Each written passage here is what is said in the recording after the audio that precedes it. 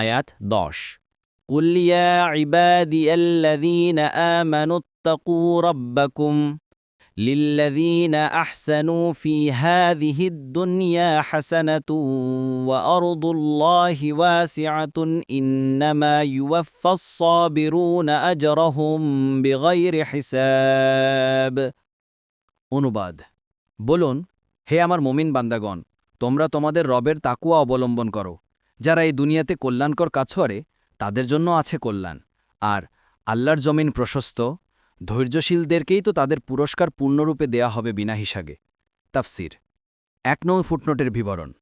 মুজাহিদ বলেন, আল্লাহর জমিন যেহেতু প্রশস্ত, সুতরাং তোমরা তাতে হিজরত করো, জিহাদ করো এবং মূর্তি থেকে দূরে থাকো।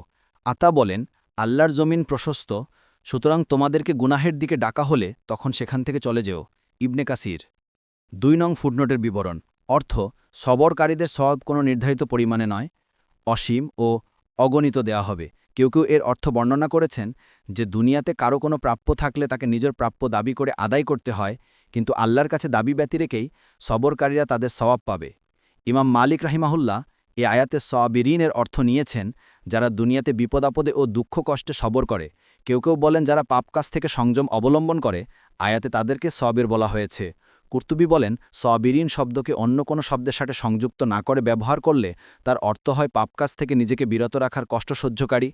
পক্ষান্তরে বিপদাপদে সবরকারী অর্থে ব্যবহার করা হলে তার সাথে সে বিপদও সংযুক্ত হয়ে উল্লেখিত হয়।